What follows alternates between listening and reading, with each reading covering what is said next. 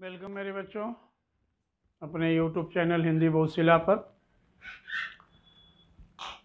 समास के इस धारा प्रवाह में आज हम लोगों का ये तीसरा वीडियो है, जिसमें तत्पुरुष समास का तीसरा वीडियो है।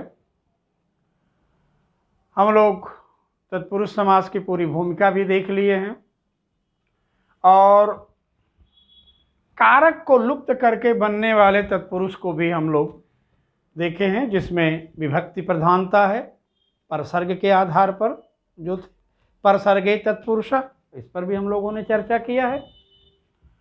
और परसर्ग आधारित जो तत्पुरुष समास था उसके 6 भेद: कर्मधारय, कर्म तत्पुरुष, कर्ण तत्पुरुष, संप्रदान, अपादान, संबंध और अधिकरण तत्पुरुष।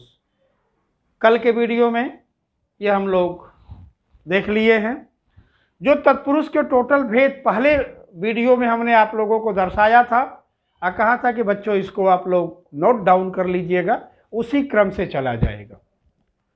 तो कल एक हम लोगों का कारक चिन्ह लुप्त तत्पुरुष जो था वो हो गया। आज हम लोग उस क्रम में आगे बढ़ते हुए अलुक तत्पुरुष क्या पढ़ेंगे। दूसरा जो था वो आएगा अलुक तत्पुरुष। तत्पुरुष की भी हम लोगों ने चिंतन कर लिया है। इसको तत्पुरुष क्यों कहते हैं, कैसे कहते हैं, कैसे इसका नाम तत्पुरुष पड़ा, उस पर भी चर्चा हम लोगों की हो गई। अब हम आएंगे, ये हमारा दूसरा जो है, पहला तो हो गया था, ये दूसरा है। दूसरा में अलुक तत्पुरुष की चर्चा आज हम लोग करेंगे।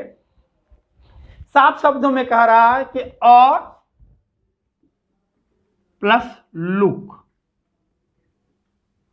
लुक का मतलब होता है लुकना, लुकना या छुपना, ठीक है ना। लुक मतलब क्या हुआ, लुक जाना, लुका जाना, छुप जाना, हट जाना। अमाने रहित, अमाने रहित, तो क्या मतलब हुआ, अलुक यानी वह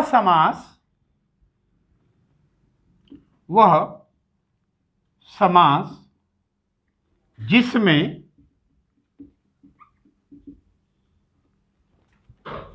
बीच की विभक्ति, इस विभक्ति को ही हम लोग कारक कहते हैं और कारक के चिन्हों को ही परसर्ग कहते हैं। ये तीनों में से कुछ भी आ सकता है। वह समास जिसमें बीच की मतलब जो पदीय चिन्ह होते हैं, बीच की विभक्ति चिन्ह का लोप नहीं होता,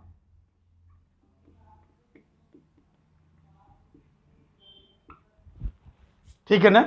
हम यूं कह सकते हैं कि बिना पदों के विभक्ति चिन्ह के लोप किए ही जो समास बनते हैं उनको हम अलुक तत्पुरुष कहते हैं। अभी तक हम लोगों ने क्या पढ़ा था, कारकीय चिन्ह को छुपा करके जो बनाए जाते हैं।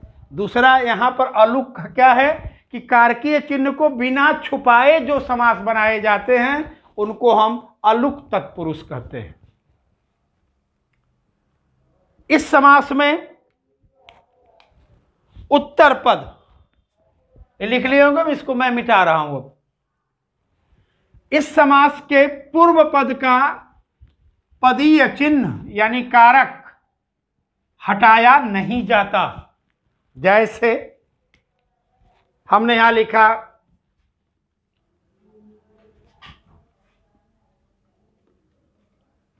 मृत्युंजय। अब हमको कैसे पता लगेगा कि इसका पदीय चिन्ह विद्यमान है। तो अब देखिए मैं इसको एक तोड़ करके आप लोगों को दिखा रहा हूं। देखिए कि इसमें इनका पदीय चिन्ह है या नहीं।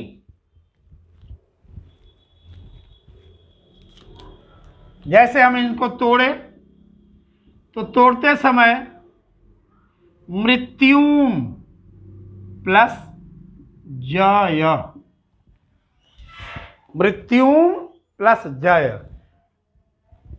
ये कौन सा है? द्वितीया विभक्ति यानी कर्म कारक। कर्म कारक का क्या है? को। ठीक है, द्वितीया विभक्ति कर्म कारक, कर्म कारक का चिन्ह क्या है हिंदी में? को। और इसमें क्या है? अम, मृत्युम। इससे होता है ना कि बालकः बालकौ बालकाः, यानी अम औ अह औ आन एनाभ्याम बालकः बालकौ बालकाः बालकम बालकौ बालकान। तो अम औ आन, अह औ आह, अम औ आन। तो अम में यानी म द्वितीया विभक्ति। द्वितीया विभक्ति का कारकीय चिन्ह हिंदी में क्या है? को। क्या हो गया इसका? मृत्यु को जीतने वाला, मृत्यु को जीतने वाला। तो देखो मित्र, अब यहां पर एक को म, ये विभक्ति है, इस विभक्ति का लोप नहीं हो रहा है। अब संधि के अनुसार क्या कह रही है संधि? कि यदि म के बाद स्पर्शी वर्ण आए, स्पर्शी वर्ण आए, तो म प्लस स्पर्शी वर्ण बराबर क्या होगा? पंचमाक्षर। तो अब देखिए स्पर्शी क्या है? ज। पूर्व पद के अंत में क्या है? म के बाद स्पर्शी आ गया, तो स्पर्शी का पंचमाक्षर क्या है? च, छ, ज, झ, य। इनका पंचमाक्षर क्या है? य। अब ये य देखिए यहां विद्यमान है, यानी ये जो म है, ये वाला म, ये म चाहे ये क, इन दोनों की बात कर रहा हूं मैं, ये श्रीमान जी यहां इस रूप में विद्यमान है, इनका लोप नहीं हुआ। इनका लोप न होने से इनको क्या कहा गया? अलुक तत्पुरुष। इसी प्रकार से जैसे अभी देखे ना मृत्युंजय, मृत्युंजय को अलुक तत्पुरुष कहा गया, कारण कि इसकी जो विभक्ति चिन्ह है म, इसकी विभक्ति चिन्ह म यानी को, ये पंचमाक्षर नियम के अंतर्गत ज बन करके य बन करके यहां पर विद्यमान है, और ये क्या हो गया? अलुक तत्पुरुष। ठीक इसी तरह से मेरे बच्चों धनंजय,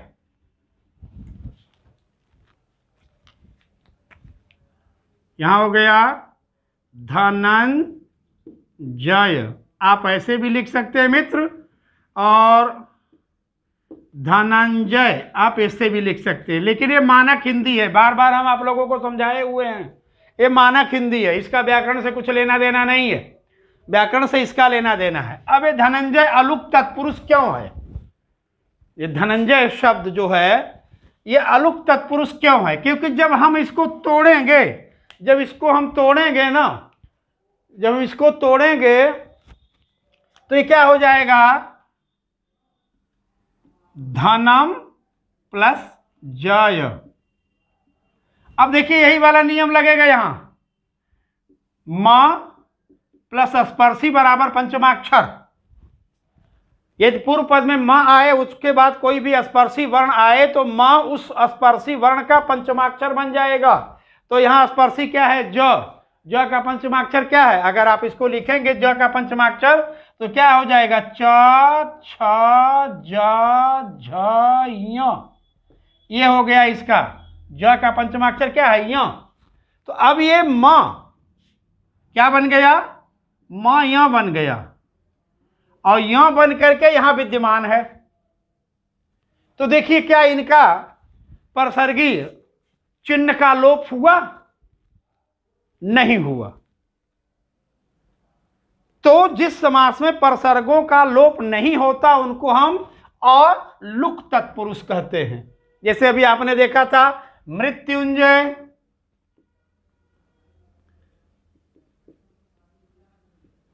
धनंजय,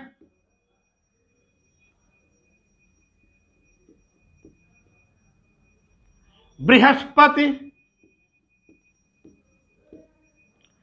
ये कैसे बना? इसको अगर आप गौर से देखेंगे तो हो जाएगा बृहस्पति, बृहस्पति, बृहस्पति। यहां विसर्ग संधि है। अब इसमें विसर्ग क्या बन गया? स। विसर्ग स बनने से अपने जगह विद्यमान हो गया। क्या बन गया? ये बृहस्पति।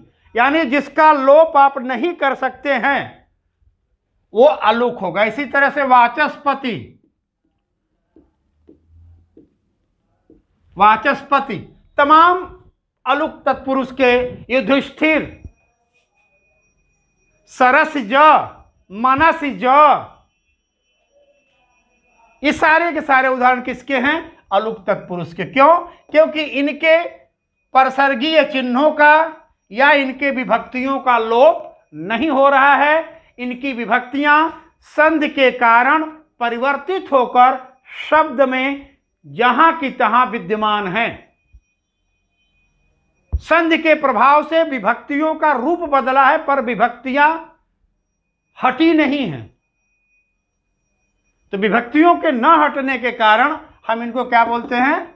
अलुक तत्पुरुष। ठीक बच्चों, ये क्लियर है?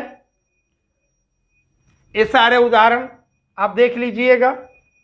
अब हम लोग आगे चलते हैं। उपपद तत्पुरुष तीसरा है बच्चा हम लोगों का उपपद तत्पुरुष।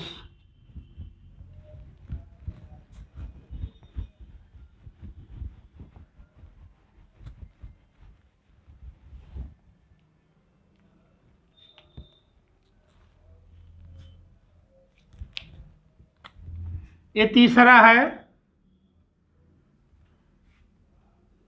उपपद तत्पुरुष। अब ये देखिए, उपपद तत्पुरुष का सीधा सा मतलब हुआ कि जो दूसरे पद से बन रहा हो। किससे बन रहा हो? दूसरे पद से बन रहा हो।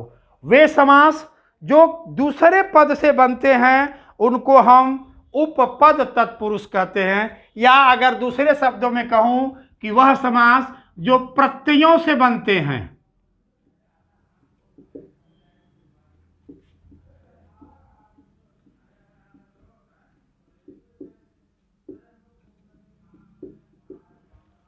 ये जान लीजिए, जिस समास में प्रत्ययों की प्रधानता होती है, प्रत्ययों के द्वारा जो समास बनाए जाते हैं उन समासों को हम उपपद तत्पुरुष कहते हैं। इनके लास्ट में कोई न कोई प्रत्यय अवश्य होगा, इसको ध्यान रखना। जैसे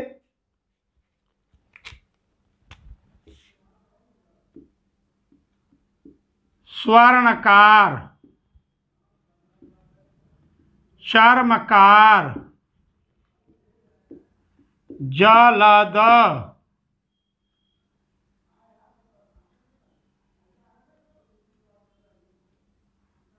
मनज, या मनज में मनोज दूसरी संधि आ जाएगी। दिनकर,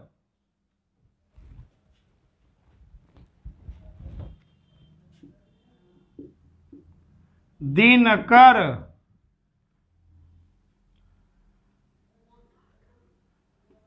रजनीश, रजनीश नहीं आ पाएगा इसमें, दिनकर, प्रभाकर,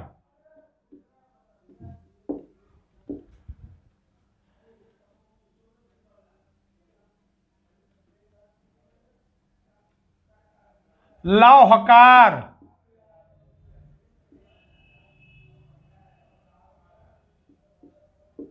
मूर्तिकार, ये तमाम देखिए कार, कार, द, कर, कर, कार, कार। तो जो तत्पुरुष समास किसी प्रत्यय से निर्मित हो रहे हैं उन तत्पुरुष समासों को हम क्या कहते हैं? उपपद तत्पुरुष। ठीक मित्रों, उपपद तत्पुरुष का क्या लक्षण है कि इसके अंत में कोई न कोई प्रत्यय जरूर होगा। प्रत्यय से जैसे यहां पर हुआ मूर्ध, स्वर्णकार सोने का निर्माण करने वाला, चर्मकार चमड़े से सामान बनाने वाला, जलद पानी देने वाला, दिनकर दिन करने वाला, प्रभाकर प्रभात यानी सुबह या सवेरा करने वाला, लौहकार लोहे से वस्तु बनाने वाला, मूर्तिकार मूर्ति का निर्माण करने वाला। तो इसमें उपपद तत्पुरुष आते हैं। उपपद तत्पुरुष किसी न किसी प्रत्यय पर आधारित होते हैं। ठीक बच्चों, तो अलुप्त तत्पुरुष देख लिए जिसकी विभक्तियां लुप्त नहीं होती। तीसरा देख लिए उपपद तत्पुरुष। अब हम लोग देखेंगे नए नए तत्पुरुष।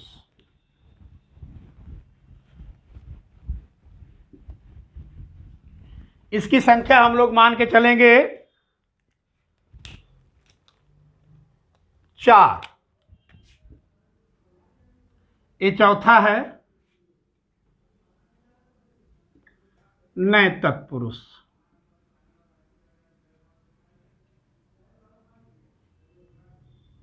इसका लक्षण क्या है गुरु? इसका लक्षण है पूर्व पद का निषेधात्मक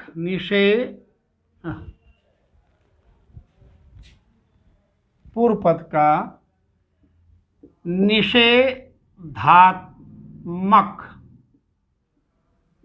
होना। जिस समास के पूर्व पद में किसी न किसी निषेध अर्थ को देने वाला पद लगा हो वो क्या हो जाएगा? नए तत्पुरुष। नया तत्पुरुष। ठीक मित्र, क्योंकि न अपने आप ही लग गया है। न माने क्या होता है? न माने नहीं। जैसे हमने यहां बोला अनाथ,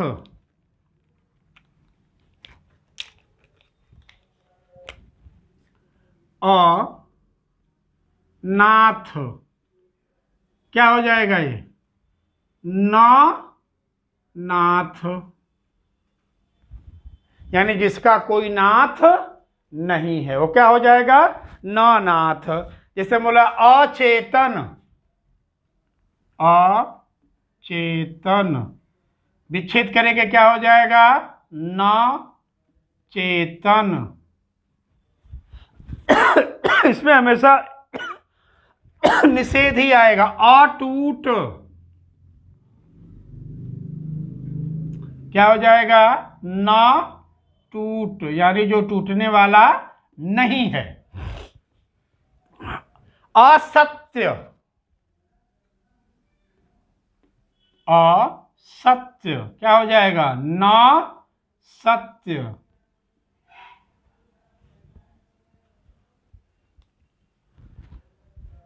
तो यहां पर देखिए सब में आ रहा है लेकिन विच्छेद कर रहे हैं तो न निकल रहा है। इस न के कारण इसको नए तत्पुरुष का नाम दिया जाता है। यानी जिस तत्पुरुष समास के पूर्व पद में निषेधात्मक कोई न कोई शब्द हो उसको हम क्या बोलेंगे?